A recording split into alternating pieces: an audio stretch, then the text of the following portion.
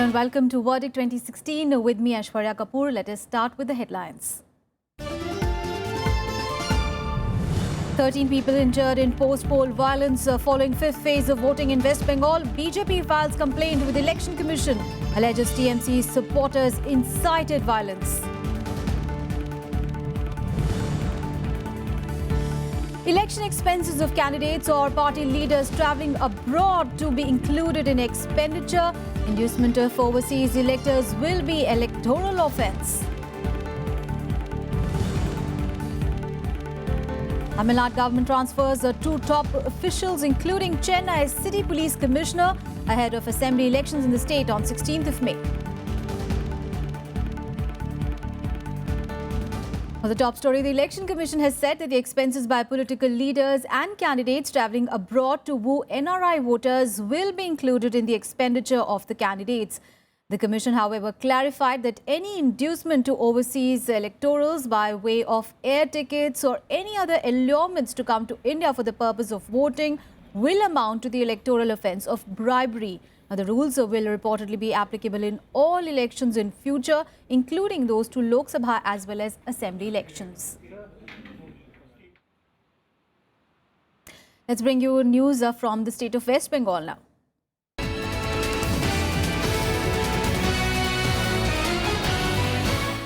Well, 13 people have been injured in different incidents of post-poll violence in South 24 Parganas district. Voting in South 24 Parganas district was held on Saturday during the fifth and penultimate phase of polling. Now, a senior police official said that 10 persons were beaten up at Sarberia Bazaar in Basanti constituency of the district and 4 shops are put under lock by a group. Now, CPIM leadership claimed that the 10 belonged to the Marxist Party and RSP and the attackers belonged to the TMC, who turned their wrath on the left activists. The BJP claimed that in Malancha area, one of the party polling agent was beaten up allegedly by the TMC men. Meanwhile, a BJP delegation has complained to the Election Commission regarding violence allegedly unleashed by the ruling TMC supporters after the fifth phase of polls. The delegation has urged the Election Commission to take necessary action. The party alleged that the TMC is terrorizing people in Basanti and attacked 3 of their supporters. All right, so that is a big story coming in from West Bengal, where there has been an incident of violence after the fifth and the penultimate phase of the elections. 13 people have been injured, and now BJP has in fact written to the Election Commission. It has complained regarding the violence allegedly unleashed by the ruling TMC supporters. Now, the delegation of the BJP has urged the Commission to take a necessary action. Remember, this comes ahead of the 6th and the final phase of elections in West Bengal. Now, the BJP has alleged that the TMC is terrorizing people in Basanti and it has attacked 3 of their supporters. Remember, these 13 people were injured in different incidents of post-poll violence in South 24 Parganas district. In fact, my colleague Panchanan Mishra is now joining us from West Bengal, Nandigram district for more on this. Now, 13 people have been injured in different incidents of post-poll violence in West Bengal. What more can you tell us, Panchanan? Yeah, Shurya, there was post-poll violence in this area. And in the previous phase also, we have seen in Havra also, that yes, there were so many people who were injured after the post-poll, when the polling was closed after 6 p.m. Up to night, there was incident of clashes. In these fresh clashes, the 13 people have been injured, and police have arrested so many people also. And this violence incident is the very disturbing for the Election Commission, because they have made very foolproof security arrangements during the entire polling. But after when the polling is getting completed in this phase of elections, there were incidents. So it's very really disturbing, and BJP and Congress, CPM alliance is always complaining to Election Commission regarding these violences. So Election Commission is taking strong measures for that, and local administration is also taking steps to curb these type of violences. But you can say that this type of violence has become an integral part of West Bengal election, which is really concerning for administration. Absolutely a big challenge there for the Election Commission, Panchanan. Also tell us, this violence is coming just ahead of the sixth and the final phase of assembly elections in the state. Considering this, what measures, extra measures rather, the Election Commission is taking now? Yeah, sure. Election Commission is regularly enhancing the deployment of security forces, the paramilitary security forces, local police. And in the last phase, the sixth phase, there will be two districts, the Cooch Behar and the East Midnapur, where for the 25 seats, the elections are going to happen on 5th of May. So we are here right now at Nandigram. We are seeing a heavy deployment here regarding this central paramilitary forces, which came from around many districts, many states. And Election Commission is trying all its hard steps to curb the violences, to go for free and fair election. Its last phase. Yeah, Shwarya. All right, Panchanan, thank you so much for those updates. You keep tracking all those developments from West Bengal. We'll keep coming back to you. Now let's bring you news from poll-bound Kerala.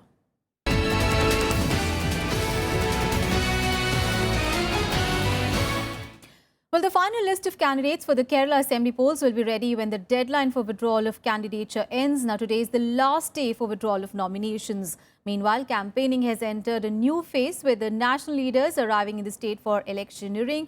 Now, Prime Minister Narendra Modi is also expected to visit the state this week for campaigning. Meanwhile, the Election Commission reprimanded Kozhikode District Congress Chief K.C. Abu. The reprimand is for violating the Model Code of Conduct by canvassing for votes in the name of religion. The Commission has sought Abu's explanation over a speech that he had made at a UDF convention in Bepur. Abu, however, has denied the allegation. Meanwhile, BJP President Amit Shah, who was to kick off his campaign tour of Kerala for the 16th of May Assembly elections on Sunday, cancelled his visit after he took ill. Shah was scheduled to arrive for a meeting of party workers in the morning and also address 3 public gatherings, but cancelled the trip as he took ill. The BJP chief was to address 2 meetings in Thiruvananthapuram and one in Kollam district's Kotakora. The BJP, which has not yet opened its account in the State Assembly, is launching a fierce battle this time to make its presence felt in the state, which has been alternately ruled by the Congress-led UDF and CPIM-headed Left Democratic Front, or the LDF, for the last 30 years. News from poll-bound Puducherry now.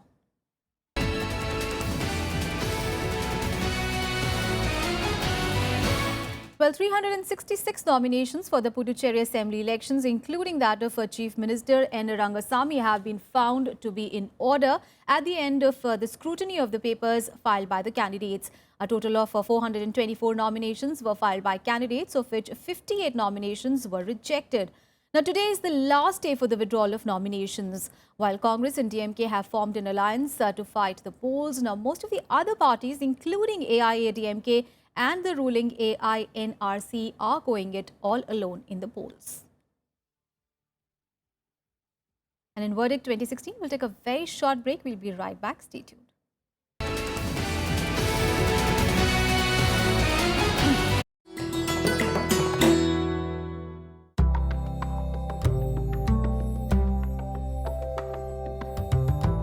The art of painting comes to us from the prehistoric period.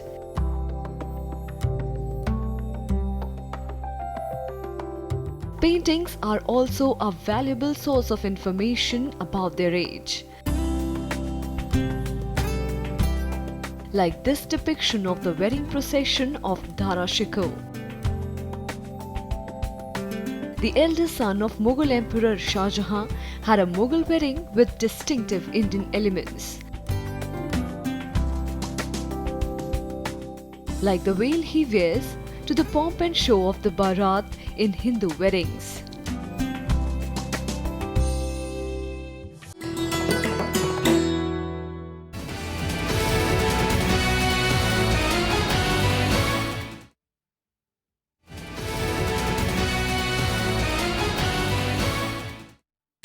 Well, in yet another shuffle by the Election Commission, the Tamil Nadu government has transferred two top officials, including the City Police Commissioner T.K. Rajendran.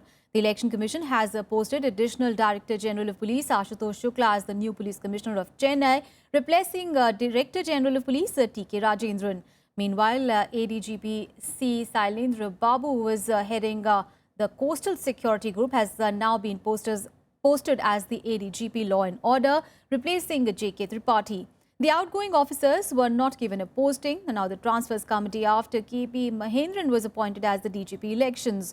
Now, 3 other police officers in the state were also shuffled on Saturday. Remember, polling to the 234 assembly constituencies in the state will be held on 16th of May. And for more on this, let's go across to my colleague Ravindra Shiron, who is joining us from Chennai. Ravindra, important shuffle there really happening in Tamil Nadu. Tell us more. Yeah, that's right, Tina. This is very historical that this Tamil Nadu Assembly election has seen so far more than 30 senior officials, which includes the top police officials of different cities and states, and some collectors of the districts, and some other top administrative officials have been transferred by the Election Commission in one go. This is historical. First time this is happening in the elections in Tamil Nadu. In the last assembly elections in 2011, only 5 officials have been shifted. This has been seen by the opposition parties as a setback for the ruling AIADMK government. And also, the Election Commission is under the duress to conduct a free and fair election. The process is on. Also, the Election Commission has seized more than 80 crores of cash. The cash nobody has is unaccounted cash. Nobody has claimed the cash of our election. Some of the political parties are demanding that a CBI inquiry should be conducted. That whose cash is this and what cash being used to induce the voters and to influence the democratic setup. Right. These are the questions which has been raised by many political parties, and now the elections process is on, and in the next week, elections, the top leadership of the Congress and the BJP are coming here for the canvassing. All the political leaders, including the Chief Minister Jayalalitha and the DMK Supremo, are already in their campaign swing, and they are campaigning for their respective candidates in different segments. All right, Ravindra, thank you so much for those details. Your audio is not very clear. All right, and terming the DMK Congress satire for the 16th of May Tamil Nadu Assembly polls as a corrupt alliance, now AIADMK Supremo and Chief Minister Jayalalitha has alleged that no election promise was fulfilled by the DMK unless it benefited the party president M. Karunanidhi and his family. Jayalalitha also cited their distribution of free colour televisions worth 2,000 rupees each to people, but charging 3,000 rupees for cable connections run by its family members, thus earning 25,000 crore rupees in 5 years. She also said that unfulfilled promises made by the DMK in 2006 included providing solar energy in remote villages, elections to cooperative societies, setting up a food processing export centre and a memorial for late actor Shivaji Ganeshan. The Chief Minister was addressing a huge rally in Coimbatore seeking votes for the AIADMK and alliance candidates. Well, more news from Tamil Nadu. The Election Commission has accepted 4,447 nominations of the assembly elections while rejecting 2,706 such papers. Political leaders are focusing on local issues during their campaigns. A scorching summer has not hindered whirlwind electioneering throughout the state. Voting for the 234 assembly seats will take place on 16th of May. Meanwhile, for the first time since the party was founded in 1972, now AIADMK has fielded its candidates in all the 10 constituencies in Madurai district for the 16th of May assembly polls. Even left parties in the DMK are trying, in fact, looking at victories in the north and the south Madurai constituencies, paving way for an intense electoral contest here. Here is more. Madurai is all set to witness a fierce political battle between the AIADMK and its rivals.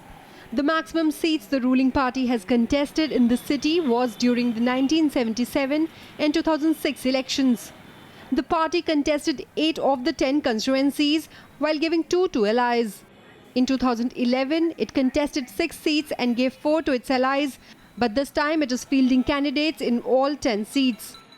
இந்திய திருநாட்டின் வாழும் மனித தெய்வம் தமிழ்நாட்டின் நிரந்தர முதலமைச்சர் மாண்புமிகு அம்மா அவர்கள் மீண்டும் தமிழ்நாட்டில் முதலமைச்சர் ஆக்கிட அயராது பாடுபட்டு கொண்டிருக்கிறோம். மதுரை மாநகர் மாவட்டத்தின் இருக்க 4 தொகுதிகளையும் மாண்புமிகு கூட்டுறவுத்துறை அமைச்சர் செல்லூர் கே ராஜ் அவர்கள் தலைமையில். For a long time, the temple city has been a left bastion. The CPM won Madurai East 5 times and the Madurai North, Madurai West and Madurai South seats 1 time each. The CPM was pitted against the Congress and was an ally of either the AIA-DMK or the DMK in both the Lok Sabha or the Assembly elections. Now the CPM and the CPI are part of the People's Welfare Front, setting the stage for the high-stake elections. Madurai CPI, CPM, 3 seats, confirm winning. All over Tamil Nadu, PWF winning surely. Challenge. A day after DMK candidates list was released, party treasurer N.K. Stalin also started his election campaign from Madurai, making it a battle of prestige. திமுக கண்டிப்பாக ஜெயிக்கும். மதுரையில் வந்து திமுக கண்டிப்பாக மதுரை மட்டும் இல்லை தமிழ்நாடு பூராமே திமுக ஜெயிக்கும். ஏன்னு கேட்டிங்கன்னா இந்த ஆட்சியோட அலங்கோலம் அப்படி இருக்குது. எந்த ஒரு நலத்திட்டமும் பொதுமக்களுக்கு போய் சேரல, எந்த ஒரு வளர்ச்சி திட்டமும் தமிழ்நாட்டுக்கு போய் சேரல. Meanwhile, residents flag many issues that the next government needs to address. Traffic snarls and water shortage are high on their list. Tamil political very worst. Traffic problem, dust problem, road thickness, very worst. Weather problem, okay, water problem. Tamil Nadu political leaders very worst. Madurai district has 10 assembly constituencies. Mellur, Madurai East, Sholavandan, Madurai North, Madurai South, Madurai Central, Madurai West, Tiruparankundaram, Tirumangalam and Usilapatti. It has over 24 lakh voters who will cast their ballots on May 14th. Kriti Mishra's report for Rajya Sabha TV. And Namakkal district in Tamil Nadu is India's second biggest egg production region. The region produces 3 crore eggs per day. However, the rising cost of the fodder ingredients has pushed poultry farmers into doldrums. Now, all the political parties are striving to amass the political support of poultry farmers ahead of the elections. Namakkal has made Tamil Nadu the country's second largest egg producing centre, Andhra Pradesh being the first. India is the third largest chicken egg producing country in the world, next only to China and the United States. India produces around 75,000 million eggs a year. About 80% of the layer farms in Tamil Nadu are concentrated in and around Namakkal. However, poultry farms in Namakkal are dwindling now. அதாவது இந்த வெயில் காலத்தில் வந்து நாமக்கல் மாவட்டத்தில் இந்த வெயில் காலத்தில் வந்து கோழி பண்ணை வந்து ரொம்ப சிரமமாக இருக்கும். அதாவது இந்த அடிக்கடி இந்த வெயில் காலத்தில் வந்து அடிக்கடி வந்து இந்த பாகரை யூஸ் பண்ணுறோம். இந்த பாகரை யூஸ் பண்ணலைன்னா கோழி வந்து நிறையா சாகும். 100 poultry farms have been shut down in the last 1 year in Namakkal. About 1,000 poultry farms in Namakkal district have faced a total loss of 1,500 crore rupees over the last 3 years due to the steep hike in production cost and the drop in demand for the Namakkal eggs. An increase of the price of soya meal, a key ingredient, by almost 1,000 per quintal has left many small players worried. With the dwindling margins, banks are also reluctant to lend. We want poultry as a agriculture sector, because agriculture sector is rate of interest is low, but poultry's rate of interest is high. We also wanted forward trading in soya and maize. Cutting across party lines, leaders are asserting better deals for poultry farmers if voted to power. Assurances of establishment of a separate welfare board for poultry farmers are also being voiced. Whole farmers, we give the election manifesto. We are whole loans are dissolved from government. When they are getting from government's loans, they are all are give subsidy. Already CM Jayalalitha madam already helping for 300, 500 powers of energy, powers of water supply, powers of helping all poultry farms laborers. Tamil Nadu accounts for 20% of eggs produced in India, of which 80% comes from the Namakkal region. Almost 95% of the export of shell eggs from India is from this state. more than 1,000 million eggs are exported mostly to Afro-Asian countries from India, of which 95% comes from Namakkal. Namakkal's eggs are in great demand abroad, and the government must mitigate problems like exploitation by traders, non-availability of superior hybrid layers, and frequent disease outbreaks to propel the poultry farming industry. The export quality eggs from Namakkal face a lot of competition from countries like China, Pakistan and Iran. The Namakkal poultry industry hopes to gain firmer ground in the US, Korea and Japan. However, factors like lack of scientific knowledge of rearing and quality preparation of feed have emerged as big deterrents. Hand-holding support by the next government may bail out this industry. Reporting from Namakkal with camera person Prem, I'm Kriti Mishra for Rajya Sabha Television. An Erode city in Erode district of Tamil Nadu is known as the Turmeric City or the Yellow City on account of production of turmeric. Elections come and go, but the problems of turmeric farmers of Erode district do not subside. The farmers' long pending demand of proper marketing facilities that could help fetch good deal for their cash crops remains unfulfilled. C. Mahalingam, a farmer in Erode, paying for bountiful rain this year. He plans to switch to onion cultivation from turmeric for better margins. He says the ideal temperature for turmeric cultivation is 20 degrees Celsius to 32 degrees Celsius. If it gets hotter, then the crop and soil dries up, requiring irrigation every 4 days. And with scarcity of water, cultivating turmeric has become expensive. ஆனால் அசில் தான் ஆகாது நட்டம்தான் ஆகுது விவசாயிகளுக்கெல்லாம் ஒன்றும் நட்டமெல்லாம் லாபமெல்லாம் எதிர்பார்க்க முடியாது மஞ்சள் அலுவலகத்தில் இருக்கிறவங்களா அவங்களுக்கு தான் லாபம். Turmeric farmers in the region are struggling to make ends meet. With the weather playing truant, erratic price fluctuations and lack of knowledge and infrastructure to market their products, farmers are unable to make a living out of turmeric cultivation. Naturally, the transport and charges, labor charges, manufacturing fluctuation, water, natural calamity problems totally affects this industry. Ahead of the crucial assembly polls, leaders across party line are promising various measures to help farmers. விவசாயிகளுக்காக பல்வேறு திட்டங்கள் இப்பொழுது தலைமையால் அறிவிக்கப்பட்டிருக்கிறது, கட்சியால் அறிவிக்கப்பட்டிருக்கிறது. குறிப்பாக மஞ்சள் விவசாயிகள் என்று எடுத்துக்கொண்டால் அவர்களுக்கு ஒரு ஒருங்கிணைந்த மஞ்சள் வளாகம் இல்லை. குடோன் அது ஸ்டாக் வைப்பதற்காக குடோன் வசதியும் செய்யப்பட்டிருக்கிறது. வரும் ஆட்சி காலத்திலும் இன்னும் அதிகப்படியான விவசாயிகளுக்கும் நிறைய வசதிகள் செய்ய திட்டங்கள் தீட்டப்பட்டுள்ளது. There is no laboratory to check the curcumin content in the turmeric, and with no e-platform to market their goods, many farmers have switched to sowing other crops. This has led to the fall in production from 14,725 tons during 2011 to 12 to 4,374 tons during 2014 to 15 in Coimbatore Erode belt. The price of turmeric has been hovering between 7,000 and 8,000 per quintal for the past 4 years, showing no signs of revival, further distressing farmers. Establishment of an integrated farmers or an e-platform may help Erode turmeric farmers with which they can identify national and international rates. While all the political parties have extensively used social media and internet for election campaigns, we just hope that the next government uses e-platform to bail out turmeric farmers of Erode. Reporting from Erode with camera person Prem, I'm Kriti Mishra for Rajya Sabha Television. Well, that's a wrap on all the election-related news, but do stay tuned. The proceedings of the upper house are going to begin in a short while from now. Thanks for watching.